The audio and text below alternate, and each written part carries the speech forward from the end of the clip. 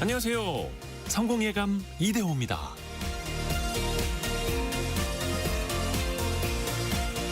무거운 아령을 들고 역기를 둘러매고 근육을 키우기 위해서 애를 씁니다.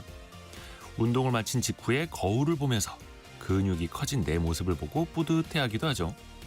하지만 그건 근육이 진짜 단단해진 게 아닙니다. 일시적으로 혈액이 몰려서 부풀어 오른 펌핑 현상일 뿐이죠. 운동을 하면 근섬유에 미세한 상처가 생깁니다. 우리 몸은 이 상처를 치유하면서 이전보다 더 크고 튼튼한 근육을 만들어내죠. 운동을 한 뒤에 충분히 단백질을 섭취하고 또 휴식도 취해야 근육이 재건됩니다. 또 운동 초기 한 달 정도는 근육량이 늘기보다는 뇌와 근육을 잇는 신경계가 발달한다고 합니다. 근육을 더 효율적으로 쓰는 방법을 우리가 먼저 익히는 거죠. 실질적으로 근섬유의 굵기가 굵어져서 눈에 띄게 근육이 커지려면 2-3달 정도의 시간이 걸린답니다. 우리의 진짜 성장은 땀 흘리는 그 순간이 아니라 그 이후의 회복과 보충 과정에서 완성됩니다. 근섬유에 상처가 나지 않는다면 근육이 성장할 기회도 없습니다. 상처 없는 성장도 없고 휴식 없는 완성도 없습니다. 성공예감 이대호입니다. 시작합니다.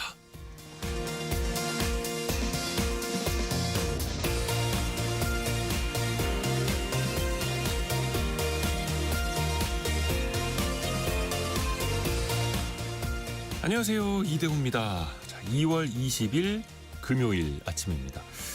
이번 주에 연휴 끝나고 좀 적응 좀 하나 싶었는데 벌써 또 이제 주말이 찾아오고 있습니다. 벌써 금요일인데요. 또 금요일에는 빠질 수 없이 원탁의 기자들과 함께 토론하시는 날이죠. 최근에 테슬라 CEO 일론 머스크가 자신의 SNS에 태극기 16장을 내걸었습니다. 한국의 반도체 인재들이여 테슬라로 오라.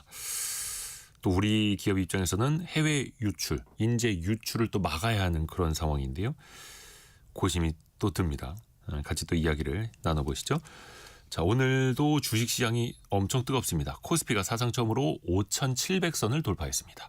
현재는 39포인트, 0.7% 오른 5,717. 오를 때마다 새로운 역사의 길로 가고 있는데요. 주식시장 강세가 이렇게 또 이어지면서 예금에서 증시로 머니무브가 계속 이어지고 있습니다. 이게 잠깐의 이동일지 본격적인 자산 갈아타기일지 인식의 대전환일지 돈의 흐름까지 같이 한번 또 이야기해 보시죠. 오늘 경제상식 퀴즈. 오늘은 좀 5글자인데요.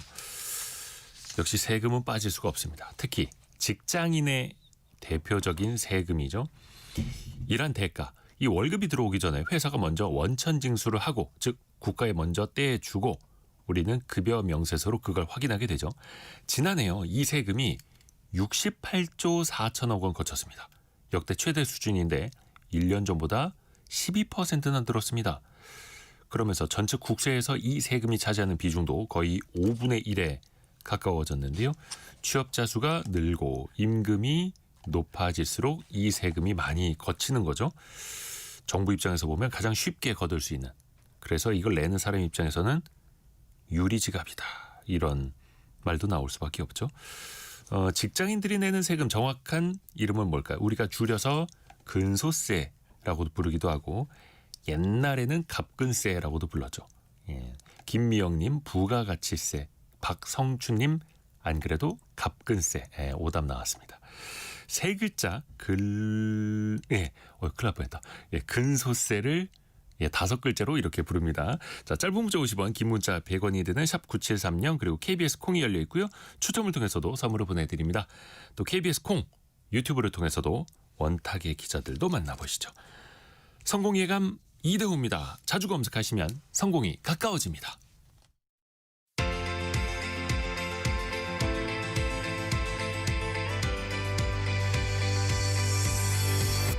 KBS 1라디오 성공예감 이대호입니다. 원탁의 기자들 만나보실까요? 알고란의 고란 기자, 동아일보 백상경 기자, 2대12 권소현 기자입니다. 안녕하세요. 네, 안녕하세요. 그 일론 머스크의 SNS 사실 뭐 한 줄만 올려도 다 기사화가 되죠. 근데 한국 관련된 걸 또 자주 올리기도 해요. 저 한국 시장에 대해서 여러 가지로 보고 있다라는 메시지를 하나씩 하나씩 올릴 때가 있는데 네. 이번에는 아예 우리나라 국기를 16개나 이모티콘을 걸어가지고 이게 무슨 뜻인가 그 위에 다 바로 이제 설명도 붙었습니다. 우리 그 이제 한국에 거주를 하고 있고 이런 반도체 업종에 종사를 하고 있다면 우리한테 오라 뭐 이렇게 얘기를 하는 것들이 있었죠. 기존에도 사실은 테슬라에 한국인 주주들이 많다 보니까 한국 사람들이 뭐 스마트하다, 똑똑한 투자자들이다 이런 이야기 많이 올리긴 했습니다만 이번에는 콕 집어서 인재입니다. 인재들이여 오라. 권소연 기자 좀 어떻게 보셨어요? 예, 사실 미국의 빅테크 CEO가 직접 특정 국가를 지정해서 구인 공고에 나선 게 사실 이례적이긴 하죠. 뭐 테슬라 코리아가 그에 앞서서 뭐 이제 공고를 하긴 했는데 일단 뭐 그만큼 한국의 인재를 좀 이제 당장 쓸 수 있는 숙련의 인력을 좀 원한다.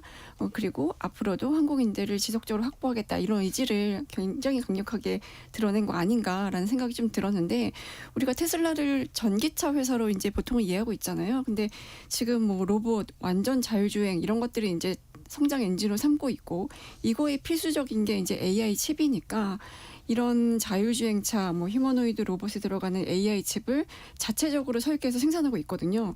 그리고 이제 테라펩 같은 이제 초대형 반도체 생산 시설, 그러니까 뭐 파운드리, 메모리 양산, 패키징 이것까지 다 이제 종합적으로 할 수 있는 설비를 구축하려다 보니 지금 이런 인재들이 필요한 거고 그 인재들을 가장 가성비 있게 그리고 아주 고급 인력을 이제 뭐 확보할 수 있는 곳이 한국이다.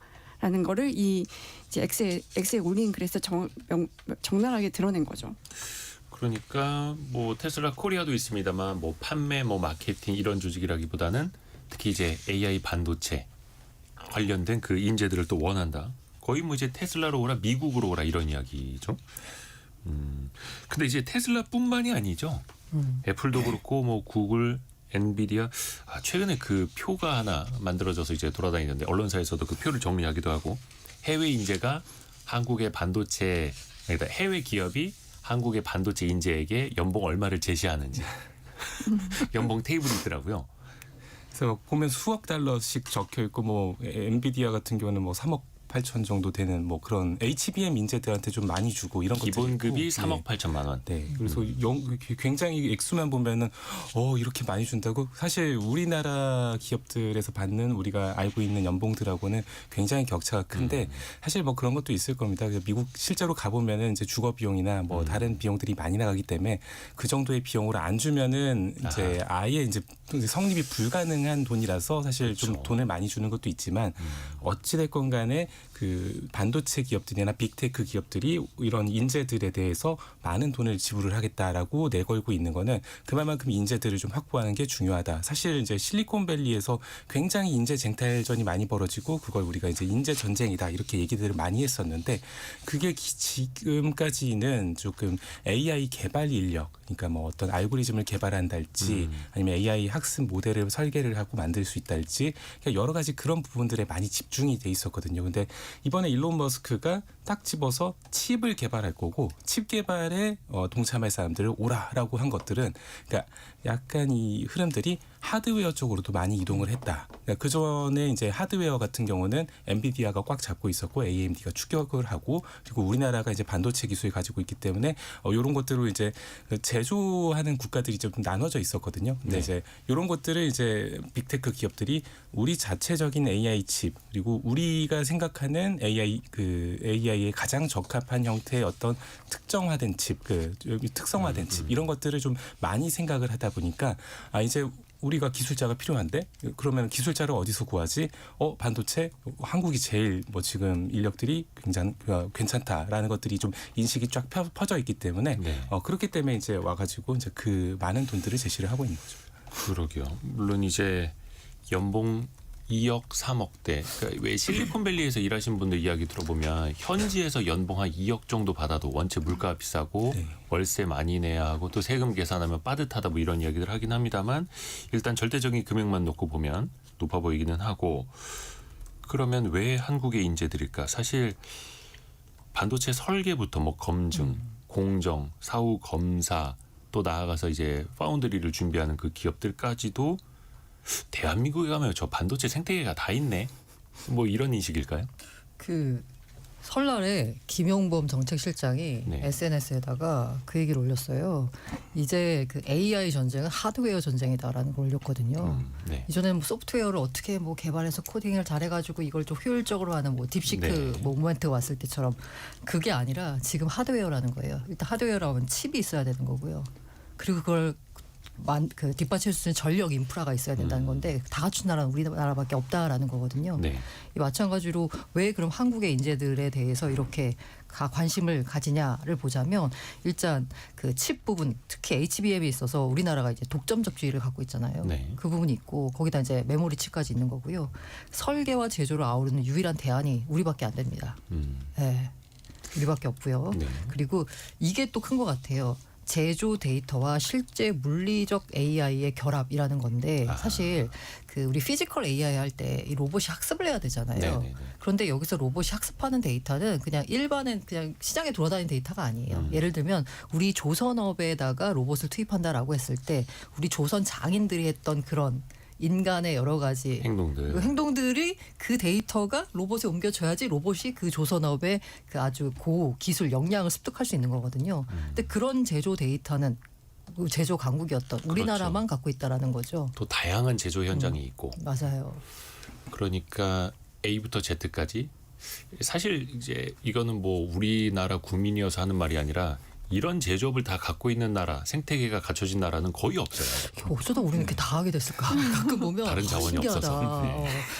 참 근데 이제 자랑스럽다. 해외에서 보면은 대한민국이라는 나라의 그런 생태계도 잘 갖춰져 있고 그 생태계를 학습한 인재들이 또 있다라는 건데 그러면 우리 입장에서도 핵심 인재잖아요. 당장 삼성전자, SK 하이닉스 여기는 이제 인재의 유출 경력자들이 나가는 걸 지켜봐야 하는 입장 아닙니까? 권소영 기자. 사실 작년 연말에 SK 하이닉스 성과급 엄청 화제였잖아요. 네네. 올 초에도 그렇고 이 기본급의 2,964% 지급했고 성과급으로만 평균 1억 4천만 원 수준이 지급이 됐는데 아마 이 뉴스 보면서 많은 직장인들이 박탈감을 느꼈을 거고 저는 삼성전자 직원들이 더 박탈감을 느끼지 않았을까 하는 생각을 좀 하긴 했어요.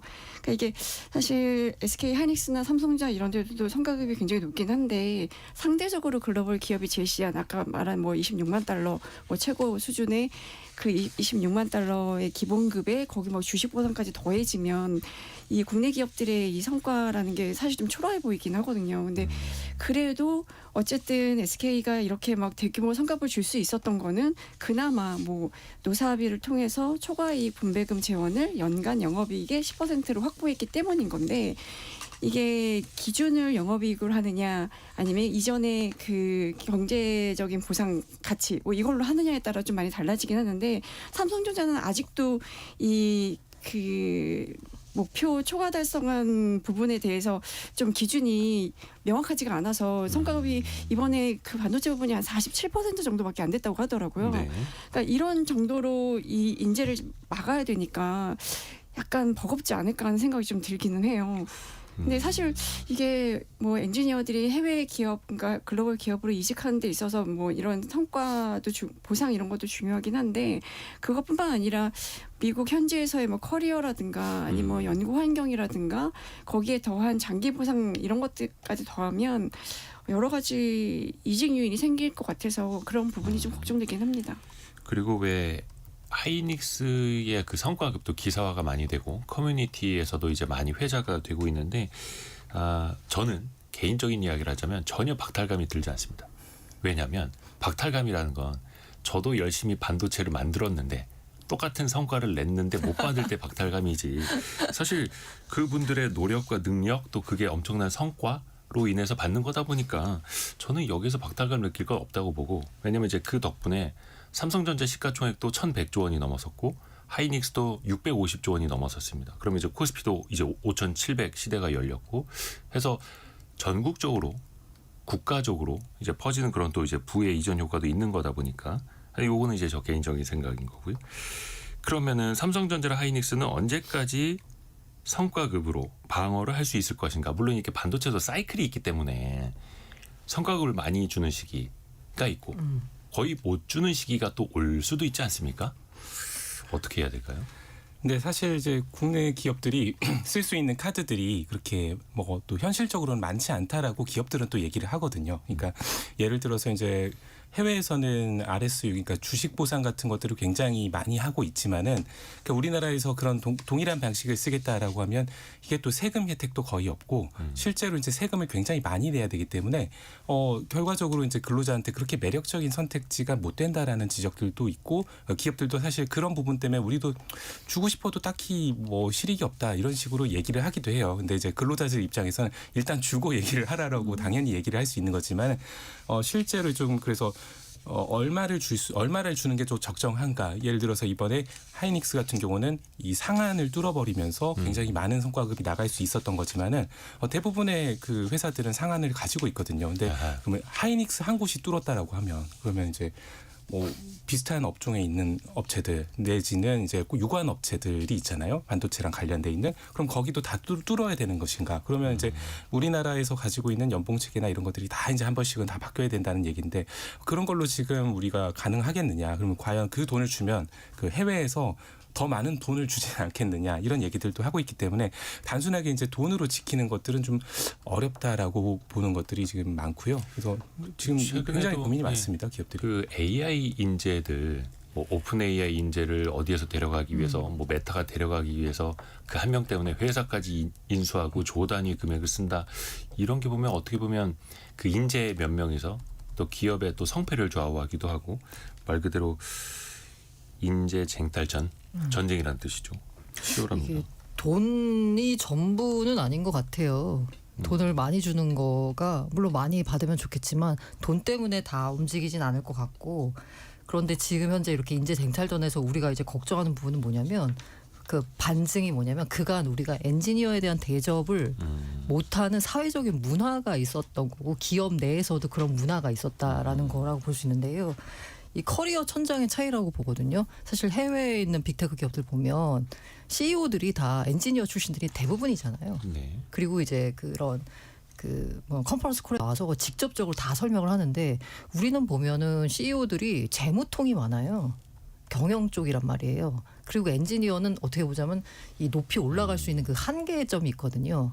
그리고 엔지니어들 입장에서 보자면 자기가 이렇게 해서 뭔가 이 회사의 발전과 기술의 발전에 기여를 했었는데 그 끝은 보면은 우리 그건 얘기하잖아요. 공대의 그 테크트리는 끝은 치킨집이다라는 얘기를 할 정도로 그만큼 대접을 못해 왔다라는 그런 과거의 이력이 좀 쌓여가지고 지금 현재 인재 쟁탈전에서 우리가 지금 나가면 어떡하지라고 떨고 있는 건데 지금 현재로서는 현재는 대접을 잘 해주는데 네. 그럼 앞으로도 대접을 잘 해줄 거냐를 보자면 야 과거에 보니까 야, 잘 나갈 때는 막 대접해주다가 결과적으로는 뭐 팽당하지 않았냐라는 과거의 이력이 쌓여서 결국 지금은 우리가 대접받지만 나중에 되면은 내가 뭐 별로 뭐 이렇게 대접도 못 받는 거 아니야. 그러면 차라리 지금 돈이나 많이 주는 해외로 가고 해외에서 만약에 내가 더 성과를 쌓으면 나는 더 높이 올라갈 수도 있는 거고 라는 생각을 하는 게 지금 엔지니어들의 생각일 것 같거든요. 우리가 말하는 그 A급 인재라고 하는 분들이요.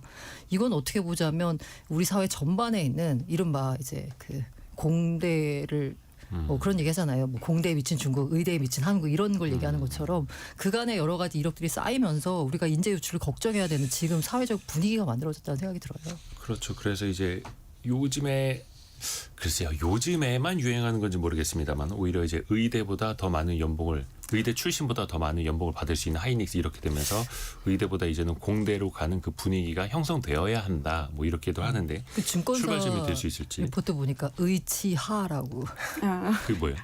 의대 치대 하이닉스. 아, 순서가 좀 바뀌어야 되는데. 하의치가 저는 하의로 봤었어요. 근데 어찌됐든 간에 돈을 못 벌고 있는 상태에서 뭐 급여만 높여줘야 된다라는 건 아니고 어마무시한 특히 이제 4분기 하이닉스의 영업이익률이 58%나 나오지 않았습니까? 기록적인. 그 돈을 또 잘 벌고 있으니까 곳간에서 좀 인심도 날 수 있는 거고.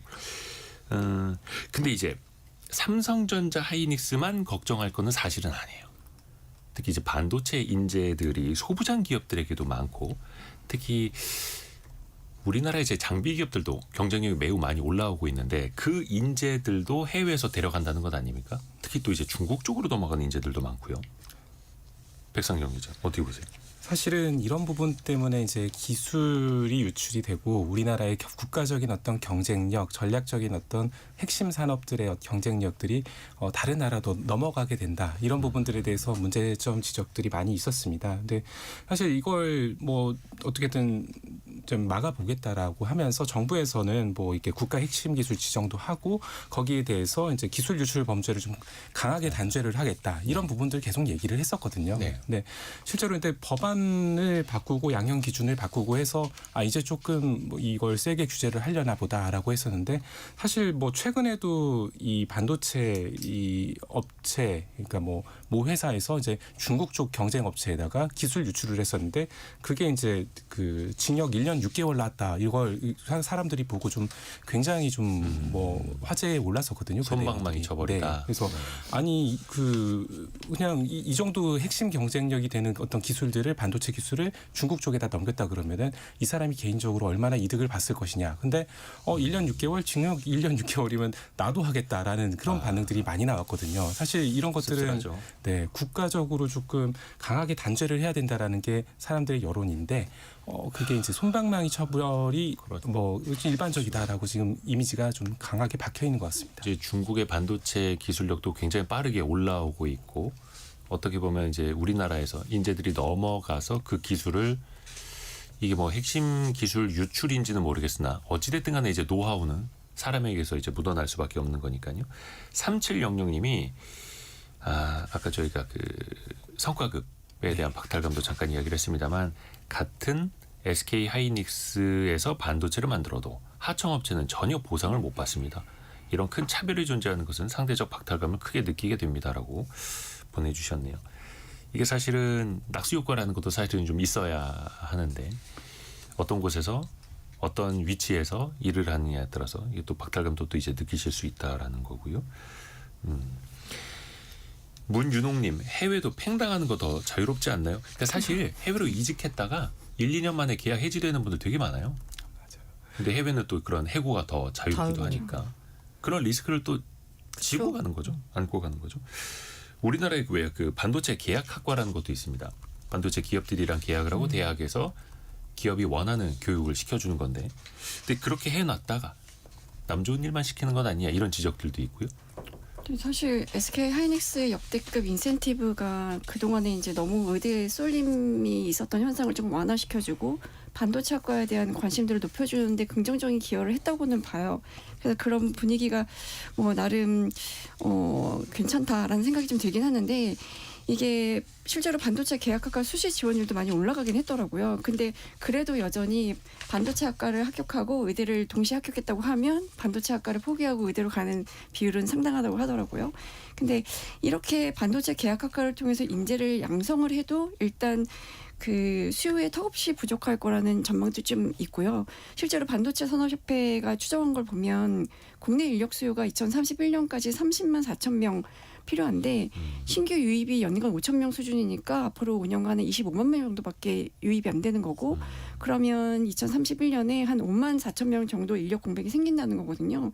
근데 이렇게 이제 인력을 양성을 해도 반도체 학과를 졸업한 인재들을 당장 이렇게 우리가 뭐 설계나 이런 거에 투입해서 쓸 수 있느냐 이건 약간 퀘스천 마크가 좀 붙어 있는데 이게 워낙에 정부가 이제 정원을 좀 확대하고 이러면서 급하게 만들어진 학과들이 좀 많아서 거기에 필요한 커리큘럼이라든가 교수진들이 조금 안 따라주는 뒷받침이 안 되는 경우들이 좀 많다고 하고 이 반도체 학과를 졸업을 해도 이 전문성을 갖춘 인재로 성장하기까지 시간이 좀 걸리는 거는 이제 감안을 해야 되는 거거든요. 그래서 보면 이 이공계 박사급 인력이 이제 실제로 우리가 현장에서 필요한 인력이라고 치면 뭐 이분들의 국내 의사, 뭐 해외 기업 이런 것들 이런 부분의 연봉을 비교해 보면 한 3분의 1 수준에 불과하기 때문에 이런 부분에 있어서 보면 그것도 뭐 반도체 학과가 대안이 되기도 좀 어려울 것 같고 실제로 그 학과에서 키워낸 인재들이 이제 해외 빅테크로 이직하기까지도 시간이 좀 많이 걸릴 것 같다는 면에서 크게 이제 대안이 되거나 좀 우려가 되거나 이런 정도는 아닌 것 같아요. 또 사실 뭐 테슬라뿐만 아니라 미국의 빅테크에 한국인 개발자들이 또 많이 진출해 있고 현지에서도 그런 네트워크 형성돼 있고 또 거기 출신들도 이제 창업을 하고 어떻게 보면 또 다른 이제 생태계를 만들어가기도 하는데 국가적으로도 조금 더 이제 도움이 되는 방향으로 갔으면 하는 바람도 가져보고요. 저희가 두 번째 이슈로 넘어가기 전에 경제상식 퀴즈 한 번 더 내드립니다. 9361님이 정답 5글자 맞춰주셨는데 예전에는 갑종 이것새, 을종 이것새 해서 왜 갑근새 이렇게 하지 않았습니까? 요즘도 그런가요? 질문 주셨는데 요즘엔 없어졌죠. 옛날 말이죠. 네. 세 글자로 줄여서 이제 근소세라고도 부르는데 그 5글자 정답을 맞춰주시면 됩니다. 회사가 근로자에게 월급을 주기 전에 먼저 세금을 떼서 원천징수 국가에 먼저 내고 나중에 우리가 또 연말정산을 통해서 돌려받기도 하는데 지난해 이 세금이 68조 원 넘게 거쳤다는 겁니다. 1년 전보다 12% 7조 4천억 더 거쳤다라는 건데 근로자 수가 늘어날수록 기계적으로 늘어나는 수입이다 보니까 정부 입장에서는 참 좋습니다만 이른바 이제 유리지갑이라고 하시는 분들은 좀 불만이 또 나올 수도 있죠. 김영희님 이거 더 떼고 연말정산 때 돌려받는 게 기분이 더 좋아요 이렇게도 보내주셨고요. 3375님 이것 많이 내봤으면 좋겠습니다라고도 보내주셨고 0399님은 작년에 그렇게 냈는데 이달에 또 토해내네요. 연말정산 결과가 좀 좋지 않으셨나 봅니다. 그리고 9382님 레미콘 기사인데요. 건설 경기가 너무 안 좋아서 9일째 쉽니다. 오늘도 산으로 김밥 싸서 산에 갑니다. 라고 보내주셨고요. 5021님 온 가족이 차 안에서 듣고 있는데 가족들이 대호님 너무 좋아해요. 라고 하면서 뒤에는 저도 커피 한 잔 받고 싶네요. 정답은 맞춰주셨습니다. 고맙습니다. 그 5글자 정답 보내주시면 되고요. 짧은 문자 50원, 긴 문자 100원이 드는 샵 9730 그리고 KBS 콩이 열려 있습니다.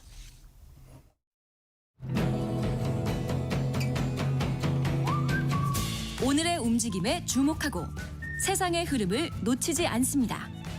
여러분의 내일을 응원하며 성공의 열쇠를 함께 찾아갑니다. 성공예감 이대호입니다. 오늘 코스피가 사상 처음으로 5,700을 돌파했습니다. 현재도 오름폭을 더 키워서 46포인트, 0.8% 오른 5,722까지 가고 있습니다. 코스닥은 약보합 상황이고요. 고란 기자는 탄식입니까? 그 방금 의 의미는 뭡니까? 대단하다. 대단하다. 대단하다. 아까 백상경 기자는 좀 네. 표정이 안 좋던데요. 탄식과 대단하다가 공존하는 것을 우리 청취자분들도 사실 이제 대투자의 시대인데 아까 8355님 코스피는 달려도 저랑은 상관없고 그래도 성공 예감과 오늘도 함께합니다라고 보내주셨는데 그 처음으로 3,000선을 넘었던 2020년, 21년 상반기까지 시장이 참 좋았잖아요. 지금은 5,700선. 그때랑 지금이랑 분위기는 좀 어떻습니까? 투자 환경이나 이런 것들을 분위기를 고란 보면 기자. 지금 저는 약간 어쨌든 지금 개인들이 막 포모가 와가지고 시장에 막 지금이라도 사야 되나 막 이런 얘기하고 어제도 식당에 갔는데 밥을 먹는데 그래서 얘기하죠. 주식 얘기하고 계시더라고요. 다 그렇죠. 그래서 증권주 사셨나? 어제 23% 올랐다고 막 이렇게 말씀하고 계시는데 뭔지 모르겠지만 아무튼 어제 중소형 증권주들이 막 상한가 네. 많이 갔어요. 근데 제가 느끼는 게 뭐냐면 그 이른바 동학개미 운동이 일었을 때는 예. 이제 개인들이 막 주식 해야 된다라고 했을 때는 그야말로 유동성 장세였던 것 같아요. 지금 현재 막 저금리고 하다 보니까 이제 주식 투자를 해야 된다. 그래가지고 유동성 장세 덕분에 가격이 올랐던 것 같은데 주가가 지금은 그래서 저는 개인들이 좋아하는 건 사실 코스피보다는 코스닥이잖아요. 그때는 이제 코스닥도 같이 달렸거든요. 근데 지금 보면 코스닥은 뭔가 정부 정책이 나와서 억지로 끌고 가는 느낌인 거고 코스피는 그야말로 이제 날아다니는 느낌이거든요. 코스피 같은 경우에는 어쨌든 우리 증시를 떠받치는 반도체 투톱의 실적이 정말 어마어마하게 나오고 있기 때문에 실적이 받쳐주는 상승세 거기다가 이제 돈까지 들어오니까 지금 이제 코스피 5천을 넘어 이제 6천을 바라보는 상황이 됐는데 그때 동학개미 운동 때와 다르다라고 하면 그때는 그냥 유동성으로만 밀어 올렸는데 실적이 없이 지금은 실적이 받쳐주는 장세이기 때문에 그렇죠. 더 탄탄하게 가는 것 같고요. 그걸 보여주는 게 바로 코스닥의 상대적인 부진이라고 볼 수 있을 것 같아요. 그러니까 반도체를 비롯해서 철저하게 실적이 잘 나오는 기업들 중심으로 올랐으니 뭐 5,500, 5,600, 5,700까지 가도 이른바 밸류에이션이라고 하는 게 부담이 과거처럼 없죠. 막 비싸지거나 거품이다 이렇게 볼 수는 또 없는. 그래서 실적이 확실히 뒷받침되고 있다라는 거고. 근데 이제 우리가 머니무브 전반적으로 보면 특히 서울 아파트 생애 최초 매수자의 절반이 30대라고 합니다. 그럼 이게 또 증시로만 돈이 움직인다는 아닌 것 같고 주식으로 돈 벌어서 결국은 또 집 사는 거냐, 이건 어떻게 봐야 됩니까? 사실 그 백상경 기자. 부분에 대해서는 그러니까 최근에 부동산 공급에 대한 이슈들이 굉장히 많이 있었고 정부에서 이제 공급 정책도 내놓고 여러 가지 노력을 했지만 네. 어쨌든 최근 분위기를 보면 당분간 공급이 쉽지 않을 것 같으니 막차를 타자라는 분위기들이 형성이 되면서 사실 한 번에 딱 그 시장에 수요자들이 몰렸던 그런 느낌들이 있거든요. 그래서 이제 뭐 어쨌든 생애 최초 매수자의 절반들이 한 30대다라는 것들은 당분간 뭐 이 서울장의 얘기일 것 같아요. 그러니까 서울장에서 이제 당분간은 공급이 나오기 어려워 보이니 일단 지금 우리가 살 집은 좀 구해놓자. 또 앞으로 전세 공급도 좀 녹록치 않아 보이니 일단 살 공간만큼은 먼저 확보를 해놓고 우리가 이제 그 다음에 이제 자산을 좀 다시 생각을 해보자라는 것들이 반영된 움직임이었다라고 생각이 들고요. 사실 또 이제 부동산 같은 경우는 들어오는데 진입 장벽이 있잖아요. 그래서 한 번에 필요한 액수가 좀 크다 보니까 들어온 분들이 있고 이제 그 액수에 도달하지 못한 분들은 이제 자산을 계속 굴려가지고 자기가 원하는 액수에 도달을 해야 되기 때문에 지금 증시에 몰려 계시고 그래서 이제 증시에서 지금 우리 코스피의 어떤 상승 속에서 지금 자산을 불려가고 계신 중이죠. 사실 그렇게 봐야 될 것 같습니다. 이게 전반적으로 돈의 흐름이 어떻게 움직이는가를 우리가 쭉 이제 이야기를 해보고 있는데 가장 대표적인 건 최근에 예금에서는 확실히 좀 증시로 넘어가고 있죠. 근데 이게 또 그러면 어떤 부메랑 효과를 가져올까 생각해 보면 은행 입장에서는 반대로 돈이 빠져나가서 그게 대출이 재원해야 되는 거잖아요. 그 예금이라는 게. 그러면 은행의 조달 비용이 높아질 수 있고 은행의 조달 비용이 높아지면 대출 금리가 올라가고 그럼 또 이제 대출을 받는 서민들 투자하지 않고 투자 수익이 나지 않고 자산 가치가 올라가지 않고 대출로 또 이제 흐름을 또 타야 하시는 분들 입장에서는 오히려 더 부담이 되는 흐름으로 가지 않는가. 이건 좀 어떻게 봐야 됩니까? 사실 증시가 오르면 내가 주식을 갖고 있지 않다고 생각하면 뭔가 약간 남의 일이라고 생각할 수 있잖아요. 근데 한편으로 보면 나의 퇴직금도 어딘가에 들어가 있을 거고 그렇죠. 국민연금이 또 불려지고 국민연금. 이러니까 그냥 뭐 좋은 걸 수도 있는데 이게 지금 그동안에 예금에 넣어놓고 있으면서 어디에 투자할지를 보던 자금들이 다 이제 증시로 몰려간 것 같아요. 그러면서 이제 은행의 요금을 예금들, 그러니까 은행이 가장 저렴한 비용으로 조달할 수 있는 요금을 예금이 굉장히 많이 줄었고 그렇게 하면 당연히 이제 은행들은 뭐 은행채를 발행하거나 아니면 이제 정기예금을 특판으로 이제 판매를 해서 조달을 해야 되기 때문에 조달 비용 당연히 상승할 거고 그렇게 하면 대출 금리는 좀 오를 수밖에 없을 텐데 사실 어제 나온 은행 그 이제 대출 신규 취급의 기준으로 보는 코백스 지수는 좀 하락하긴 했더라고요. 이게 네. 보니까 5개월 만에 하락한 걸 텐데 이게 1월 초까지 예금 상품 금리가 좀 내려가면서 이번에 나온 코백스 지수는 좀 떨어졌는데 그게 이제 좀 물어보니까 전반적으로 은행채 금리라든가 조달 비용이 크게 낮아진 건 아니기 때문에 아마 코스피X 지수가 계속 떨어지는 추세는 아닐 거고 다시 올라갈 가능성이 높다라는 분석들이 좀 나오고 있더라고요. 이렇게 되면 결국은 이제 차주들의 부담 이어질 수밖에 없고 퇴출받도 당연히 금리 올라가겠죠. 이게 기준금리가 올라가게 되면. 그러면 이제 뭐 여기다가 지금 가계대출 총량 관리하고 있잖아요. 그리고 당국도 이제 규제를 강화하고 있는 추세이기 때문에 그렇게 되면 이제 기준이 되는 뭐 코펙스 금리라든가 이런 것들이 많이 오르지 않아도 은행들이 거기에 가산금리를 얻거나 이런 방식으로 대출 금리를 올릴 수밖에 없는데 그래서 어찌 보면 이제 머니부부의 이 결말이 약간 K자 양극화를 좀 심화하는 결말로 나오지 않을까 하는 걱정이 좀 되기는 해요. 또 여러 가지 이제 자산을 좀 체크하다 보면은 가상 자산도 한번 봐야 되는데 다른 자산들 가격 올라가는 거랑 가상 자산 시장은 너무 대비되지 않습니까?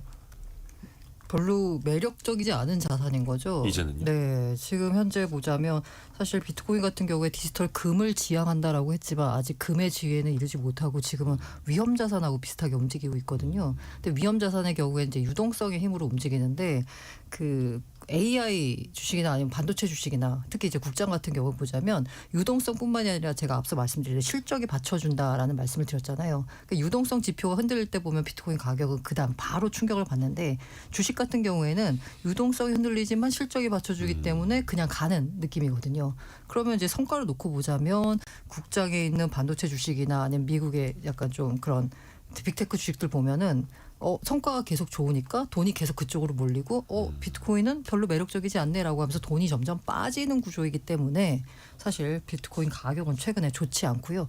특히 이제 그 알트코인 같은 경우를 보자면 사실 알트코인 시장에 있어서 비트코인은 아닌데 국내 투자자들이 차지하는 비중이 굉장히 커요. 네. 그러니까 국내 시장이 얼마냐 그 해당 알트코인을 좋아하느냐에 따라서 그 알트코인 가격이 움직이는 경향이 좀 있거든요. 그렇죠. 그런데 이제 사실 알트코인 투자하는 분들의 심리를 보자면 한 방에 많이 먹여준다. 그렇죠. 빠르게. 맞아요. 그런 느낌이 있는데 지금은 그냥 국장에 있는 주식들이 알트코인과 같은 그런 움직임을 보여주기 때문에 굳이 알트코인을 할 필요가 없기 때문에 알트코인에서 돈이 안 들어오고 하다 보니까 시장 전반의 거래량이 굉장히 많이 줄었어요.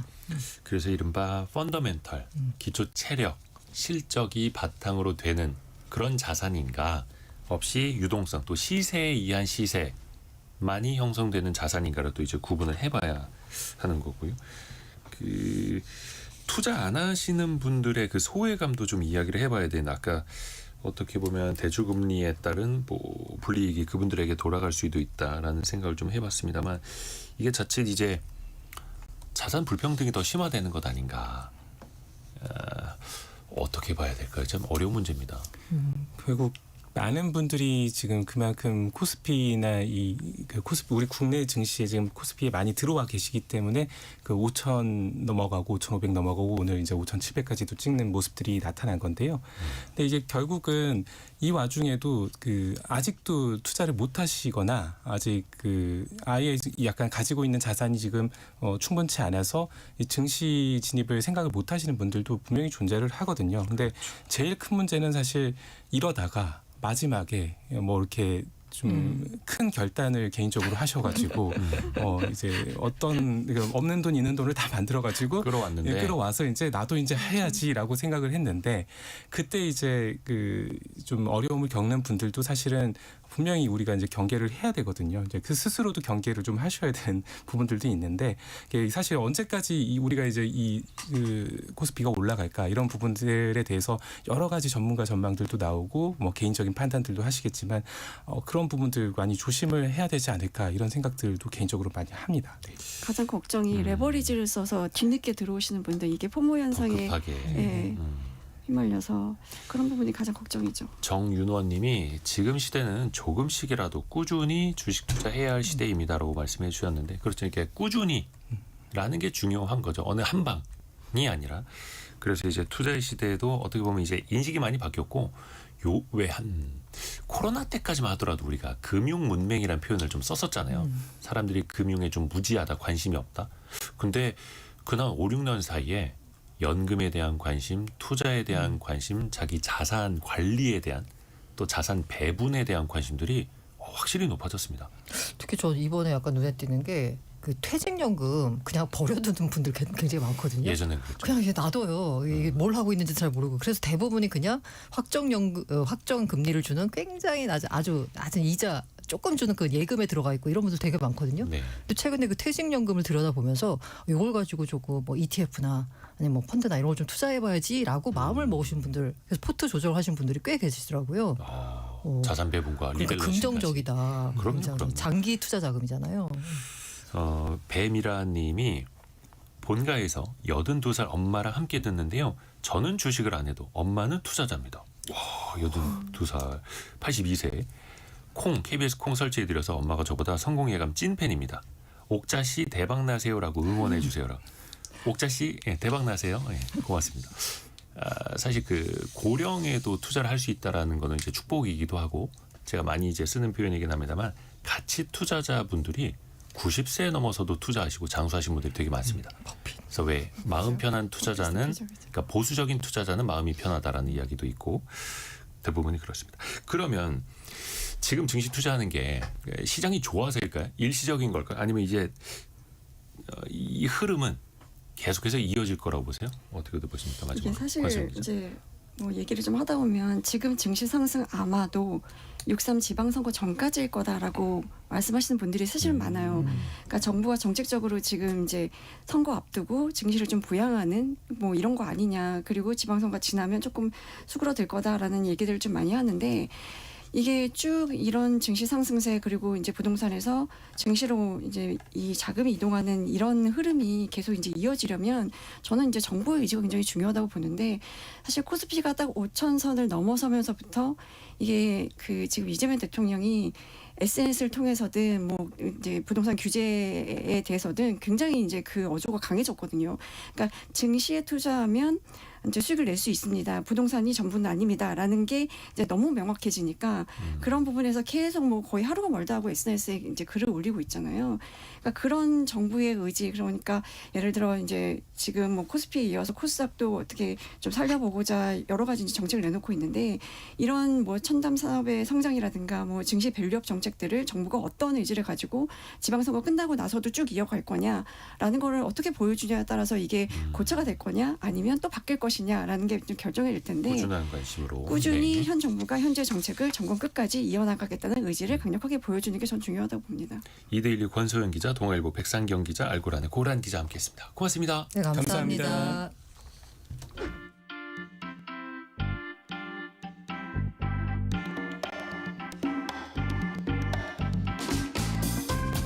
지금 여러분께서는 KBS 1라디오 성공예감 2대호입니다를 듣고 계십니다.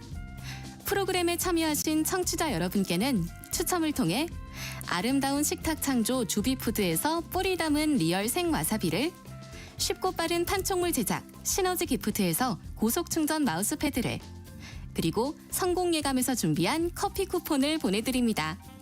당첨자는 성공예감 2대호입니다 홈페이지에서 확인하세요.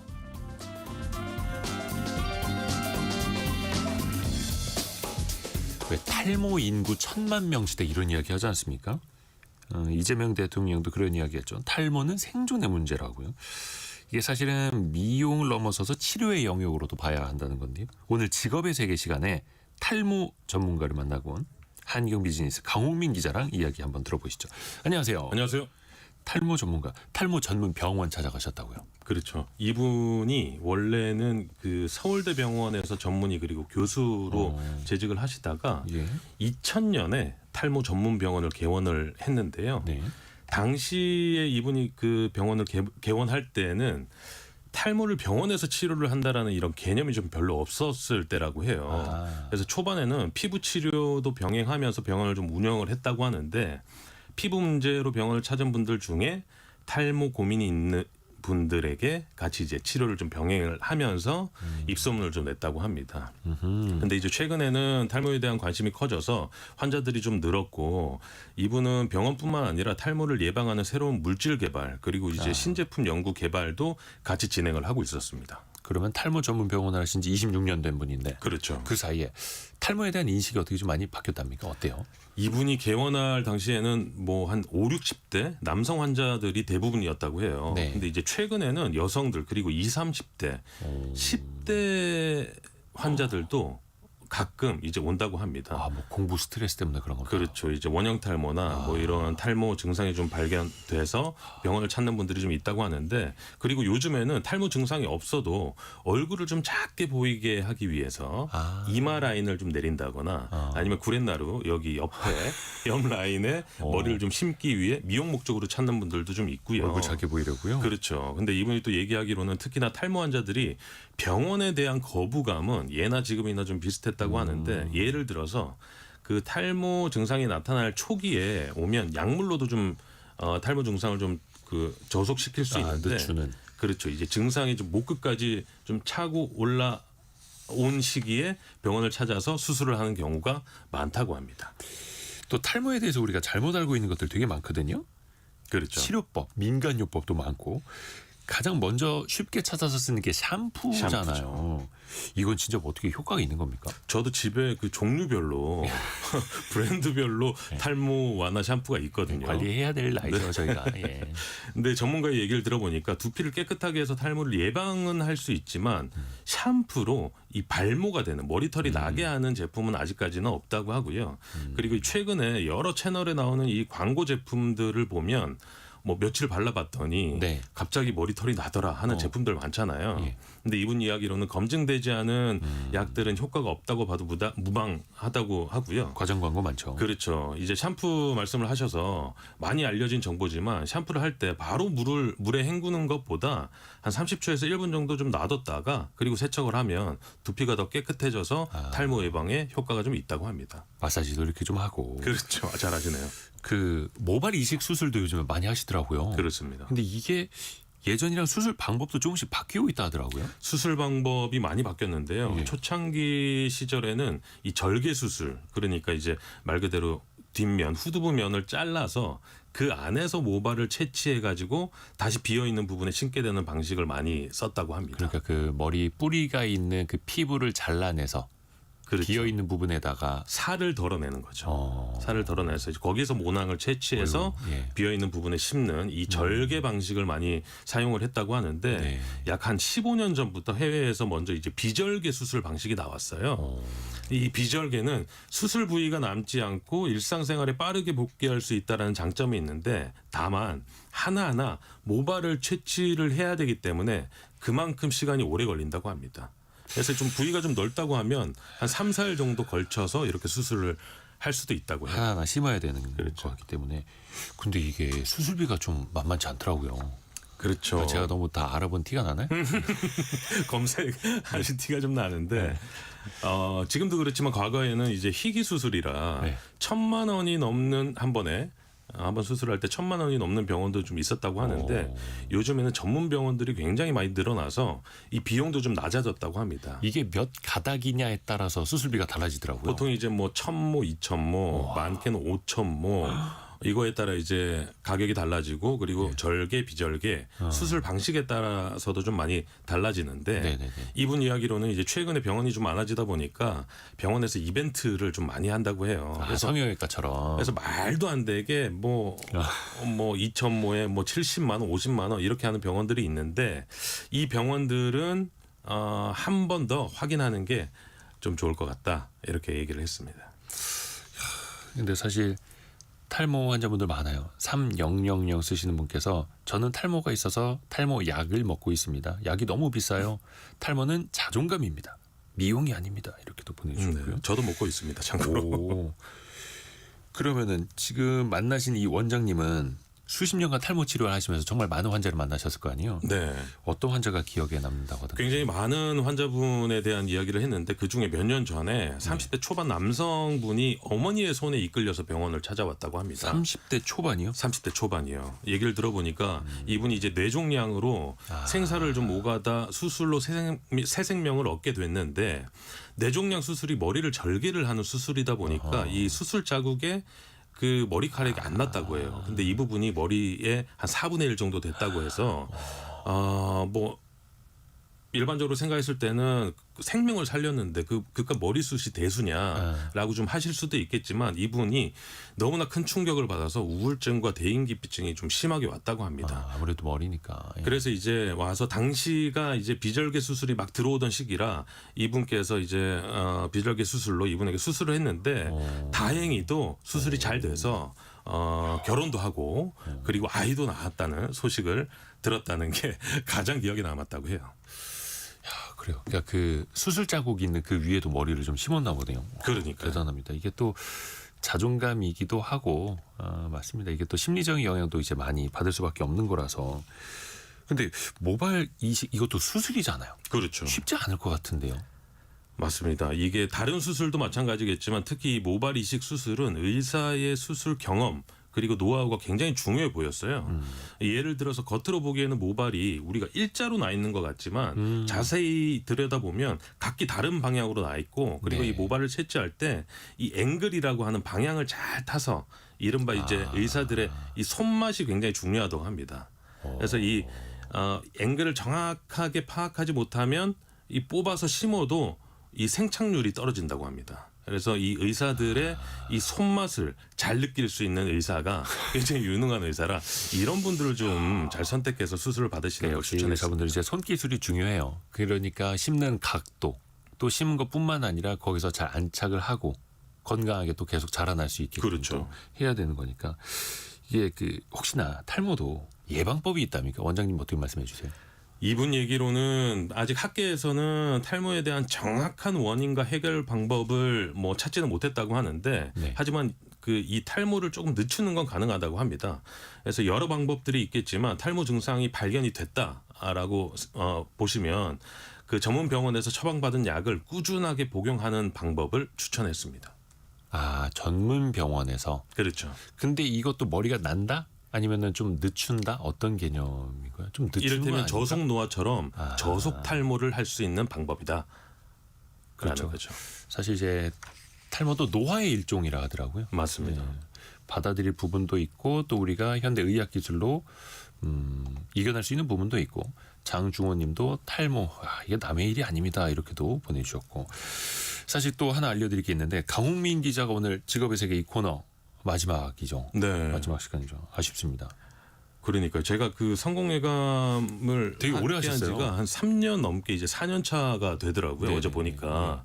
근데 사실 뭐 저같이 재능 없는 이런 아이, 별 말씀. 사람을 뭐 칭찬도 해주시면서 코너지기로 맡겨주신 우리 지 작가님, 지희연 작가님, 정 작가님 그리고 뭐 이 PD님 그리고 제가 늘 감사드리는 이 제 푸사를 책임져 주셨던 프로필 사진. 네, 김소연 PD님 그리고 앞으로 더욱 승승장구하실 우리 이대호 편집장님 아이고 고맙습니다. 그리고 청취자 여러분들도 그동안 감사했고요.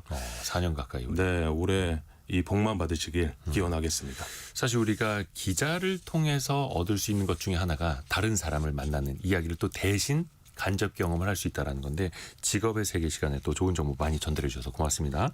한경 비즈니스 강홍민 기자 앞으로도 많이 또 응원할게요. 고맙습니다. 감사합니다. 저희가 2부에서는요 탈모에 이어서 현대인의 고질병 비만 이야기를 해보겠습니다. 비만 치료제 뭐 한 방만 맞으면은 밥 생각이 뚝 떨어진다 이런 거 많지 않습니까? 어떻게 우리가 또 활용을 할 수 있을지 또 주의할 점까지 꼼꼼하게 짚어봅니다. 10시 5분에 금방 다시 돌아옵니다.